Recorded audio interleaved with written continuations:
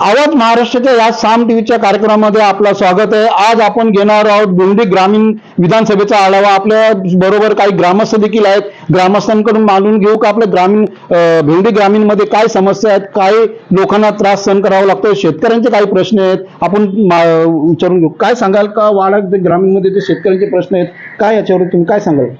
नाही, आमच्या सरकारकडून फक्त एवढ्याच मागण्या आहेत की आम्ही जो टॅक्स भरतोय त्याचा परतावा म्हणून आम्हाला मूलभूत गरजा फक्त द्या, आम्हाला मोफत काही नको। आम्ही जो टॅक्स भरतोय त्याच्या मूलभूत गरजा आम्हाला जे रस्ते आहेत, शेतकऱ्यांच्या समस्या आहेत, वीज आहे, या बाबतीत आम्हाला थोडं सरकारने सहकार्य करावं। आपल्या जोडीला संदीप गणोरे देखील आहेत, त्यांच्याकडून देखील जाणून घेऊ का काय काय सांगाल का विधानसभेमध्ये काय प्रश्न आहेत? भिवंडी ग्रामीण मतदारसंघामध्ये शांताराम मोरे साहेबांकडून मोठ्या प्रमाणात कामांचा पूर्तता झालेली आहे। आज वाडा शहरामध्ये कुठलंच काम असं बाकी शिल्लक राहिलेलं नाही, तर ते काम झालेलं नाही। बऱ्यापैकी पाणी योजना असेल, अग्निशमन सारखा प्रश्न असेल किंवा अंतर्गत रस्ते असतील, गटारी असतील, गार्डन असतील, रोड, बरंच जे काय जेवढं करायचं तेवढं वाडा शहरासाठी आमदारांनी आम्हाला चांगलं योगदान दिलं। तसंच भिवंडी वाडा मनोरसाठी 777 कोटी रुपयाचा निधी मंजूर होऊन त्याचं टेंडर प्रोसेस जवळजवळ फायनल झालेली आहे। त्याच्यामुळे मी त्यांचे खूप खूप आभार आहे। भिवंडी मतदारसंघामध्ये त्यांनी जो आम्हाला सपोर्ट केला आहे, तालुक्यामध्ये असेल किंवा इतर ठिकाणी, तर नक्कीच त्यांचं नाव घेण्यासारखं काम झालेलं आहे। भिवंडी वाडा मनोर रस्त्याबाबत देखील आपण जाणून घेऊ, कारण हा रस्ता जेव्हापासून सुरुवात झाली तेव्हापासून देखील तो वादाच्या भोवऱ्यात सापडलेला आहे। काय समस्या तुम्हाला का भिवंडीकडे किंवा पालघरकडे जाताना काय त्रास सहन करावा लागतो? ज्या प्रकारे वाडा तालुक्याचा विकास व्हायला पाहिजे होता त्या प्रकारे आजपर्यंत विकास झाले नाही। त्याला कारण की वाडा तालुक्याला मिळालेले 3 आमदार, तिन्ही आमदार एकमेकाच्या खांद्यावर बंदूक ठेवतात, त्याच्यामुळे वाडा तालुक्याचा विकास नाही। वाडा भिवंडी रस्ता अतिशय म्हणजे त्याला शब्द नाही या पद्धतीने झालेला आहे। दुसरी गोष्ट, वाड्यात रस्त्याचा विषय नाही तर वाडा तालुक्यामध्ये असलेला ग्रामीण रुग्णालय हा कित्येक वर्षापासूनची मागणी आहे का हा 100 खाटाचा ग्रामीण रुग्णालय व्हावा, पण त्याच्याकडे सुद्धा शासनाने संबंधित विद्यमान आमदारांनी दुर्लक्ष केलेलं आहे। त्यामुळे वाडा तालुक्याला विकास हा विषयच राहिलेला नाही। आपल्या जोडीला बंडू सुर्वे देखील आहेत, त्यांनी अनेक आंदोलनं केली लोकांसाठी। आता त्यांच्याकडून देखील जाणून घेऊ का काय नेमकं प्रश्न जे लोकांसाठी भेडसावतात? साधारणतः तालुक्यातील सर्वसामान्य नागरिकांचा तुम्ही जर विचार केला आणि त्यांचं मत जर तुम्हाला जाणून घ्यायचं असेल तर मी एक सर्वसामान्य व्यक्ती म्हणून एक आत्तापर्यंत जे वाडाचं राजकारण आणि वाड्यातली एकंदरीत परिस्थिती बघितली तर आपण नेत्यांना शिव्या देण्यापेक्षा हे होतंय काय माहिती आहे इकडे की नेत्यांपर्यंत कार्यकर्ते पोचतात किंवा ते पोचण्यासाठी कमी पडतायत, त्यांच्याकडनं सगळ्या योजना येत आहेत इकडे। आत्ता या विकासाला सगळ्यात मोठी अडचण आहे ना ते हे प्रशासकीय विभाग, हे PWD सारखे ज्या यंत्रणा आहेत, म्हणजे शासनातर्फे निधी येतोय आता रोडचा, आता एवढे ह्या वाडा भिवंडी रस्त्यावर हजारो कोटी रुपये खर्च झालेत, आतापर्यंत शेकडो कोटी खर्च झालेत, परंतु आज पण ती अवस्था जी बघितली आपण तर म्हणजे अक्षरशः आता ते ठाणा जाणं हे मोठं जिकरीचं वाटायला लागले। अशाच अनेक ठिकाणी शासनाकडनं योजना येत आहेत, परंतु ज्या संबंधित खात्याकडे त्या योजना येतात ते राबवण्यामध्ये म्हणजे थोडक्यात सांगायचं तर त्यांची मानसिकता आहे हा विकास करण्याची, पण त्यांचं यांच्यावर अंकुश नसल्यामुळे, हे जे शासकीय विभाग आहेत यांच्यावर अंकुश नसल्यामुळे ती जी गंगोत्री येते ती तळागाळापर्यंत इथे पोचत नाही, विकासाची गंगा ही तळागाळापर्यंत पोचत नाही, ही सगळ्यात मोठी अडचण आहे। म्हणून या सगळ्या डिपार्टमेंटवर आता अंकुश ठेवणं हे गरजेचं आहे, तरच हा जो राहिलेला विकास आहे तो पूर्णत्वाला नेता येईल। आता ऋषिकेश देखील आपल्या बरोबर आहेत, त्यांनी देखील समस्यांचा घेतलेला आढावा आहे, काय सांगाल? कसं भिवंडी ग्रामीण आता समस्यांचा इथे पाढा वाचण्यापेक्षा आता त्या समस्यांचा पाढा ही प्रोसेस संपून आता हनुमानाच्या शेपटीसारख्या समस्या वाढत चालल्या दिवसेंदिवस। इथे आरोग्यापासून, पाण्यापासून, शिक्षणापासून सगळ्या सुविधा आम्हाला 5वीलाच पुजलेल्या आहेत। म्हणजे आमच्याकडून दावे केले जातात की आमचे लोकप्रतिनिधी या पद्धतीचा निधी आणतात, फंड आणतात, पण तो आणलेला निधी आणि फंड नेमका जातो कुठे हा गेला कित्येक दशकांपासूनचा प्रश्न आम्हाला देखील पडलेला आहे। आणि त्यामध्ये एक शेतकरी कुटुंबातला, एक सामान्य कुटुंबातला एक व्यक्ती घटक म्हणून मी या ठिकाणी मला अशी समस्या महत्त्वाची अशी मांडावीशी वाटते की बघा, एकेकाळी वाडा हा पट्टा म्हणजे भिवंडी ग्रामीणमधला खास करून वाडा हे सांस्कृतिक, बौद्धिक आणि राजकीय आणि सामाजिक विषयांचं एक केंद्र होतं. त्याचबरोबर इथे वाडा कोलम सारखी एक वाण आम्ही घेत होतो जो देश विदेशापर्यंत पोहोचलाय. पण वाड्यामध्ये जर तुम्ही बघितलं तर आज जवळपास 10 भात खरेदी विक्री केंद्र असतील.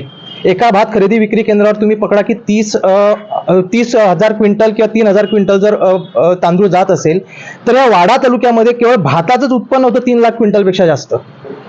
इथल्या आम्हाला स्थानिक लेवलला त्याच्या व्यतिरिक्त इतर जी काही पिकं घेतली जातात, इतर काही भाजीपाला होतो. आज आमच्याकडे परजिल्ह्यातून भाजीपाला येतो आमच्या मार्केटमध्ये. आज आमच्या या तालुक्यामध्ये वाड्यासारख्या ठिकाणी आम्हाला वाडा कृषी उत्पन्न बाजार समिती नाहीये. आमच्या शेतकऱ्यांना इथे चांगली बाजारपेठ उपलब्ध होत नाहीये. वाडा कोलम सारखं एक दर्जेदार वाण घेतलेला आणि देश विदेशामध्ये वाडा कोलम म्हणजे आमच्या गावाच्या नावाने ओळखलेलं जाणारं ते वाण आहे. आमच्या शेतकऱ्यांना इथे त्याचा भाव मिळत नाहीये. आमच्या शेतकऱ्यांसाठी कोणी इकडे वाली उरलेला नाहीये. समस्या तर खूप पुढच्या गोष्टी गेल्या, पण स्थानिक भूमिपुत्रांना देखील इथे नाही मिळत नाहीये. पण हा समस्यांचा पाडा मी वाचायचा की ते हनुमानाच्या शेपटीसारखं लांब जाणारं लांबडं फक्त आम्ही बघत राहायचं, एवढंच आता आमच्या हातामध्ये सामान्य नागरिक म्हणून उरलेलं आहे. जय शेलार देखील आपल्या जोडीला आहेत. काय सांगाल तुम्ही? नक्कीच आतापर्यंतची चर्चा मी बघितली आणि ती चर्चा अगदी योग्य आहे. इथले लोकप्रतिनिधी या तालुक्याला 3 आमदार लाभलेले आहेत आणि त्यांच्या माध्यमातून ते त्यांच्या परीने या सर्व समस्यांचा पाठपुरावा करत आहेत. या ठिकाणी आपण बघतोय वाड्याचा जो जवळजवळ 40% भाग आहे तो इंडस्ट्री आहे, औद्योगिकीकरण आहे. त्यांना काही सुविधा पुरवण्याची खरोखर गरजेची गोष्ट आहे. त्यामुळे इथल्या भूमिपुत्रांना रोजगार मिळू शकेल. आणि त्याचप्रमाणे इतर जो भाग आहे, ऋषिकेशने सांगितल्याप्रमाणे शेती इथे समृद्ध शेती आहे आणि त्यासाठी सिंचनासाठी विशेष असे प्रयत्न करण्याची गरज आहे. म्हणजे गारगाव पिंजाळ सारखं धरण इथं प्रस्तावित आहेत.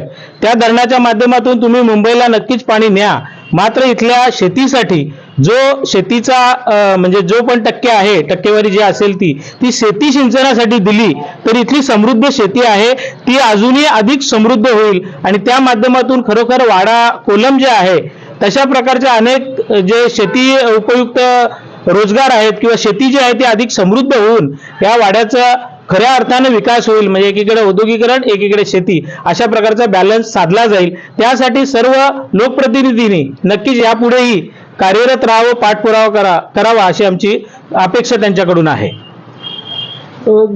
काय सांगाल का भिवंडी वाडा महामार्ग, ह्या महामार्गाबाबत आपण काय बोलू?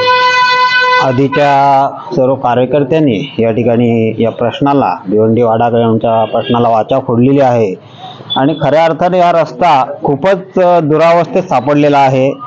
एवढे पैसे खर्च होऊनही आपल्या जनतेचा पैसा याच्यावर करोडो रुपयाचा खर्च झालेला आहे, पण तरीसुद्धा तीच अवस्था. म्हणजे हा पैसा जातो कुठे, हाच मोठा आमचा सर्व जनतेसमोर प्रश्न आहे की एवढा पैसा खर्च करून सुद्धा आपला हा रस्ता नीट होत नाहीये. ही समस्या या ठिकाणची आहे. त्याचबरोबर अनेक समस्या या ठिकाणी आहेत.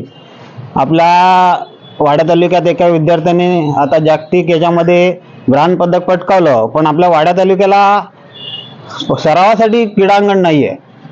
मग क्रीडांगण होणार कधी, हा पण एक आजचा एक सवाल म्हणून या ठिकाणी मी सर्व कार्यकर्त्यांच्या वतीने या ठिकाणी व्यक्त करतो. शेतीप्रधान तालुका असल्या कारणाने आपल्या शेतकऱ्यांना ज्या सोयीसुविधा मिळायला पाहिजेत त्यात आपण कुठे कमी पडतोय का, ह्याची सुद्धा आपण सर्वांनी मिळून आपण याची सुद्धा आपण एक आत्मपरीक्षण करण्याची गरज या ठिकाणी मी सर्व कार्यकर्त्यांच्या वतीने व्यक्त करतो. आणि शेवटची समस्या अशी आहे की आज महिला ह्या असुरक्षित आहेत आणि मग महिला सुरक्षेच्या दृष्टीने आपण वाडा तालुका खरंच आपण सशक्त आहेत, सक्षम आहोत का, तर आपण कुठे कमी पडत नाही ना. कारण गुन्हेगारीचं प्रमाण सुद्धा या ठिकाणी काही ठिकाणी वाढल्याचं थोडंसं दिसतंय. मिरोली इथे आपल्या इकडे घटना घडली, त्या दृष्टीने परप्रांतीय लोकांचा सुद्धा या ठिकाणी आपल्याकडे अनिर्बंध वावर आहे, तर त्या दृष्टीने सुद्धा एक समस्या म्हणून या ठिकाणी मी व्यक्त करतो व थांबतो. जय हिंद, जय महाराष्ट्र. निलेशजींनी सर्वात मेन मुद्दा म्हणजे भिवंडी ग्रामीणचे शांताराम मोरे यांनी भिवंडी वाडा मनोर ह्या महामार्गाकडे लक्ष देणं गरजेचे आहे. तसेच महिलांच्या सुरक्षेची बाबत देखील तो प्रश्न उपस्थित केले गेलेले आहेत. शेतकऱ्यांचे देखील अनेक प्रश्न आहेत की जे वाडा कोलम सारखा जो तांदूळ आहे, हा तांदूळ परदेशात जातो मात्र त्याला भाव मिळत नाहीये. असे अनेक प्रश्न घेऊन हे भिवंडी ग्रामीणचे शेतकरी जे आपल्या समोर आहेत. फैयद शेख, साम टीव्ही, भिवंडी ग्रामीण. देश विदेशातील प्रत्येक घडामोडींचे लाईव्ह अपडेट मिळवण्यासाठी आता साम टीव्हीच्या सर्व सोशल मीडिया प्लॅटफॉर्मला लाईक, फॉलो आणि सबस्क्राईब करा. तसंच सर्व नोटिफिकेशनसाठी बेल आयकॉन प्रेस करायला विसरू नका.